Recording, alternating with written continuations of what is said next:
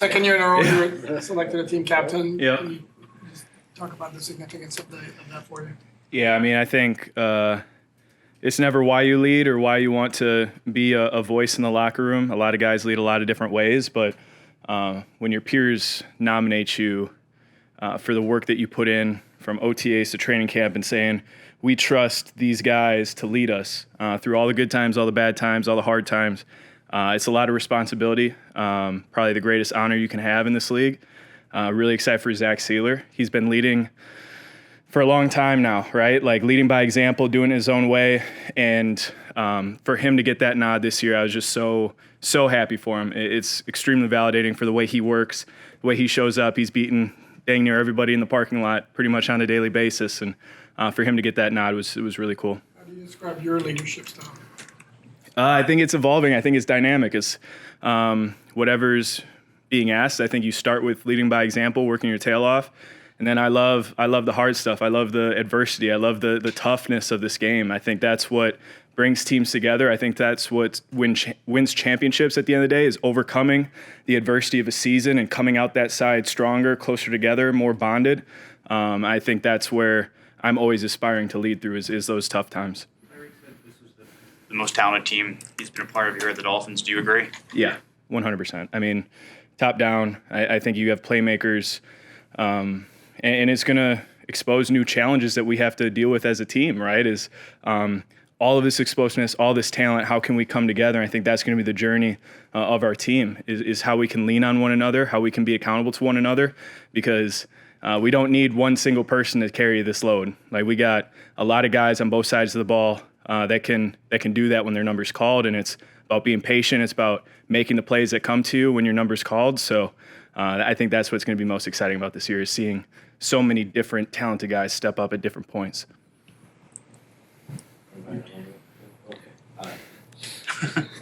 My issue is third and short conversion. Yeah, Okay. that's my issue too, man. That's my issue too. My thought process is that a fullback is primarily supposed to help you deliver those third and short situations.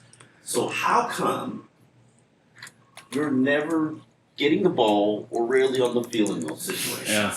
No, I think that's really on me. Like, I have to inspire the play callers to be able to call that and dial it up. Like, when an offense is running the ball, everyone can feel it, right? It's inevitable. You're getting 3-4 yards. Everyone's falling forward. Everyone's moving these chains.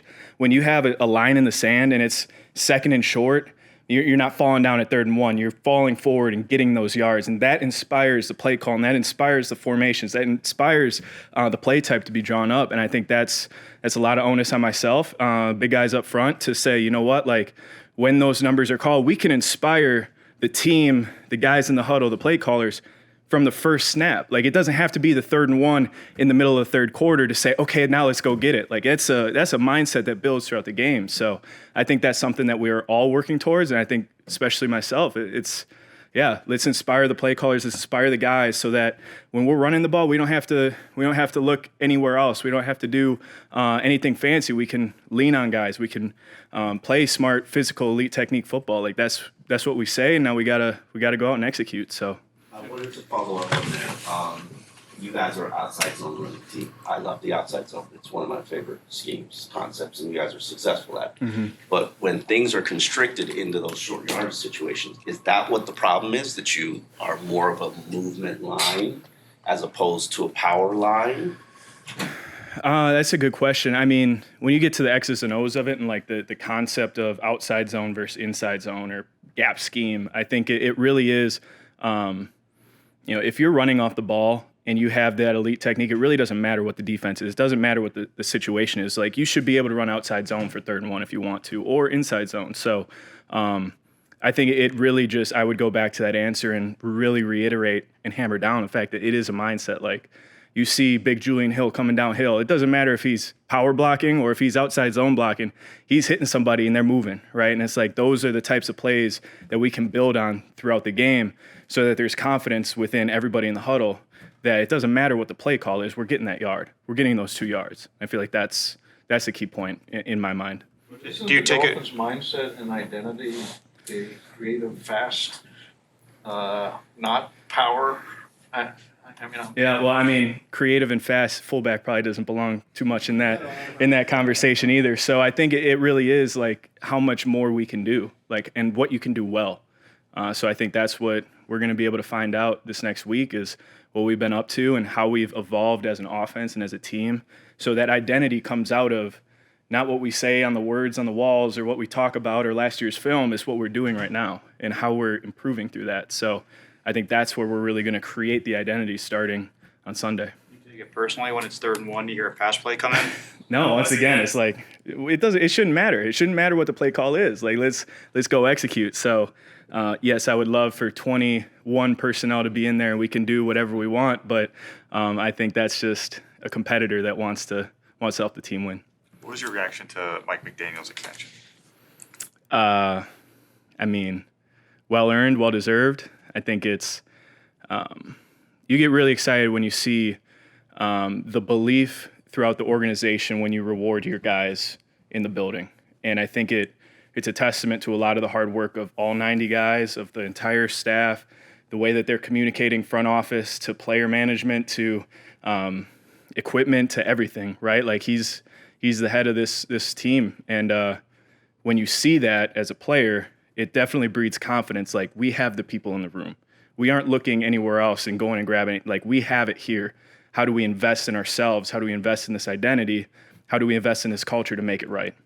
So a lot of confidence, a lot of excitement. Really happy for him. What do you think Jonnu Smith can add to this offense? Everything, anything you want. I mean, you saw him like early preseason, all through camp. Like you guys see the amount of different plays that he can create for this offense. It goes back to that talent. Like how can you get that guy more touches, more creative with the ball? It's going to be really exciting. He's always got a big smile on his face, and he's another leader on this team that leads by example. You see that speed. You see 9 running down the sideline, like that gets everybody else going. So I think he's doing things the right way, and I'm really excited to see how many different plays y'all get excited about when you see it on Sundays because dude can play ball. How big is the package? Jonnu Smith's package. Yeah, pause that. How big is the play pack? Is that what you're asking? Yeah.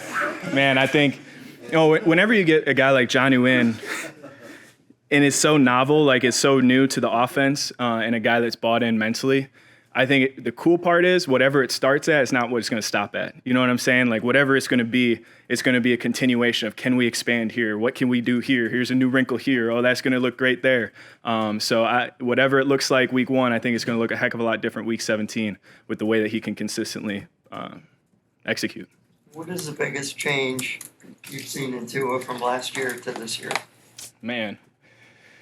Oh, I think it's that self-confidence, it's self-grace, it's self-conviction.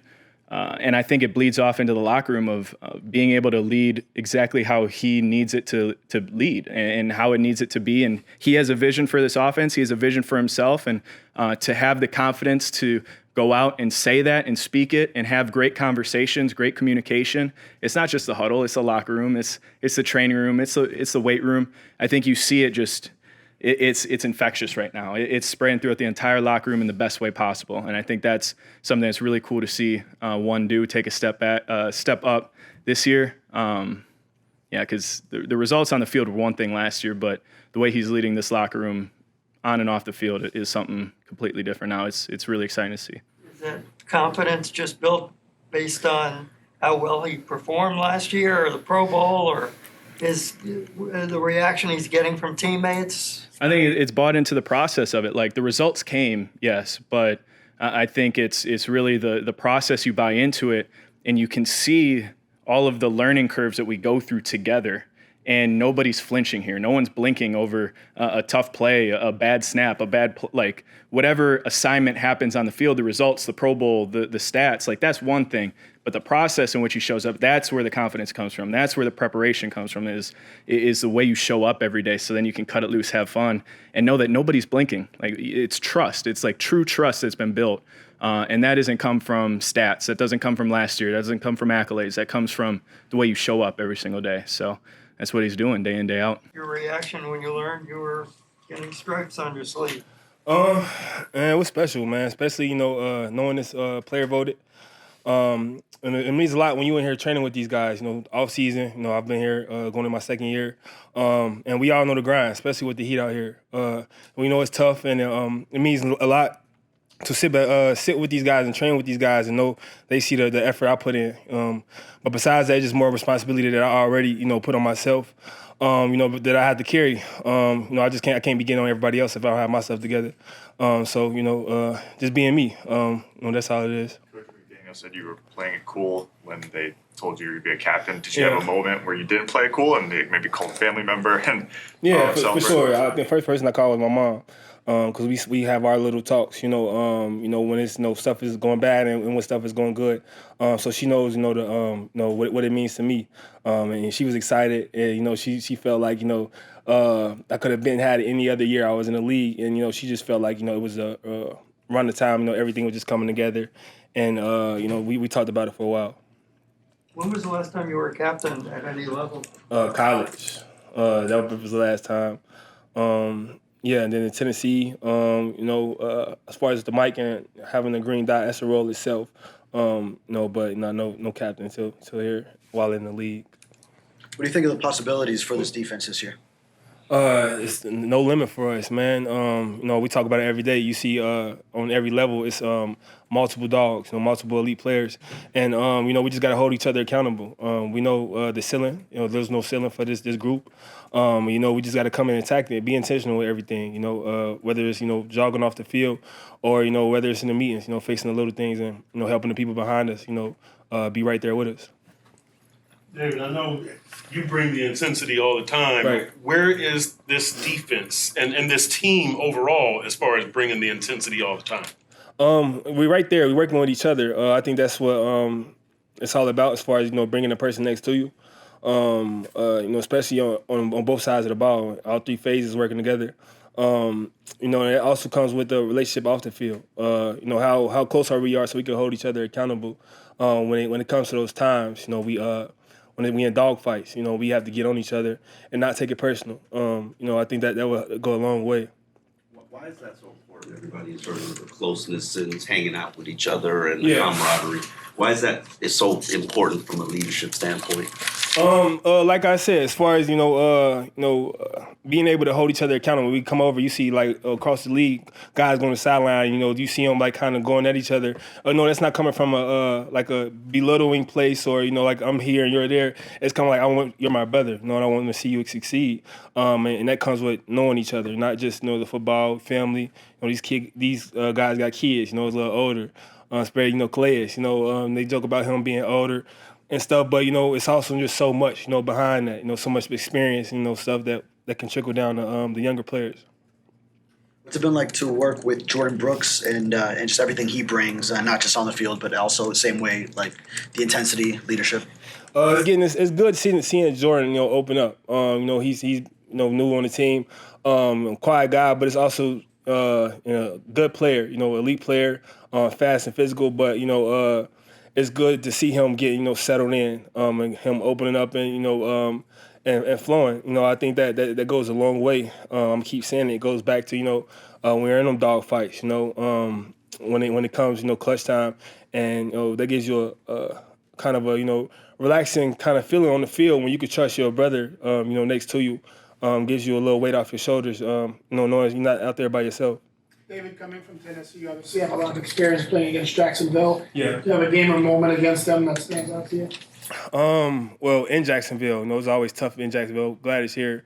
Both hot as ever. But it's tough. They're a disciplined team. Good quarterback. And players that can make plays. If you don't take care of your responsibilities. But like you said, I am familiar.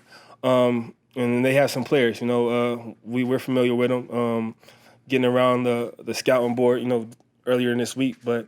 Just playing our game. We don't need to do nothing other than what we've been doing this whole way, and that's discipline. Fast football.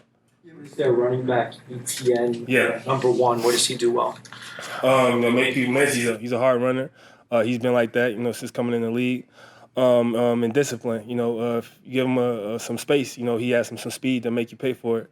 That just goes back to us just playing fundamentally sound football, like we've been doing. And just to continue to build on that. David, they have Jacksonville has, blazing speed at positions you don't traditionally see. Yeah. Tight end. Mm-hmm. But you guys also played against Jonnu Smith and HN and Mostert in them every day. How much does seeing that speed every day help in a matchup like this? It's like that's a good question. It's a lot, man. Especially not even just the speed. It's so much motions and stuff they do over there. They're gonna keep you disciplined. Even if when you discipline, it's a trick to it. So it's great that we have those players on the other side of the ball that we've been facing, every day, to be prepared for things like this. But it's gonna be, coming straight from practice, going against, Jonnu and those fast guys, even TC on the other side of the ball. It's a lot of guys over there that's similar, that we've been, grinding with as well. Campbell is one of your other captains. How does a guy who just got here become a captain that quickly? What's it say about him? And that's funny because I've seen people saying that, but the thing is, he's not being anything other than himself. He just does things so naturally, which just comes as far as he's another coach on the field, another motivator, and you can see it's not like something he tries to do. It's just like you said, it just comes out. He pulls younger players to the side and coaches them. If you just talk about, whatever is going on, not even just football. So he just comes in and fits that role, you know what I'm saying? And people just gravitate towards it. How important is that, those type of spots, or what you do in the trenches? It's a lot, especially because it's a lot of O-lines that we go against, and, if it's muddy for me, it's a problem down there.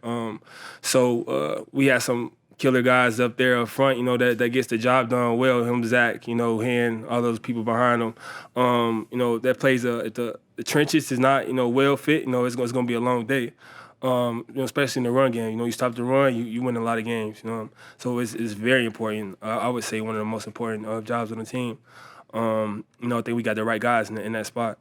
I know we got the right guys in that spot. Cried in 51, did he? Nah. He was like it for a little bit, honestly. But he had to go back to 9-1. That's his number. Everybody keep trying to get me out to 11. I think I'm gonna stay with it, man. You were 51 last year, right? Yeah. Why'd you make the switch? That's my college number. I've been wanting to get it for a while, and it was open. So I'll test that out real quick. The offense says offensive players talk about 3 years in Mike McDaniel's system at right level. You not this applies directly. You've only been here a little bit. This is the third year with a new defensive coordinator. What is the challenges for a defense going into learning a new system and getting comfortable with that? The challenge is all playing as one. We have so many defenses where we're on the string, and we have to communicate. And like I'm saying, going against this offense that we've been going against, it just challenges more, to communicate. Like I said, because they have so many moving pieces, and Mike does so many things on that side of the ball. It's been a great challenge for us just to keep, hitting on communication, which has been the biggest thing, especially in the back end. We have communication down. It's not like we have the players, the talent to do it. We run with anybody, hit with anybody. But when players are not communicating correctly, it opens big plays up. So I think that's the biggest challenge, that everybody can speak. If we win the play before it starts, we'll be all right. Final question. What has impressed you about Chop so far? It's just coming together, coming every day to get better. He's coming in, he's open and learning. He takes coaching. But he's a natural athlete. Just once he gets, the right person here, like he said, he has the Calais right there on the side of him. He has these older guys, Chubb, JP. Even though he's still young a little bit, he has experience. He has some great, people in front of him that he can learn from. There's no ceiling for Chop. Yeah. What do you have to do to get Miami defense in shape? Be here for 5 years. I can't remember what year I got this. 3, 4 years ago. Just been around in the locker room. Yeah, I can't remember why we got him though. We got one that was a different one too.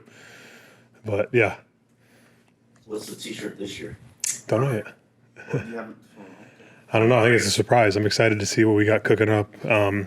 It's always each year we kind of try to focus on something as a team. McDaniel does a great job of trying to find something behind, not really behind, but to kind of encapsulate what we're going to try to focus on this season. And that's what it was early on. So I'm excited. the captaincy. What's your reaction?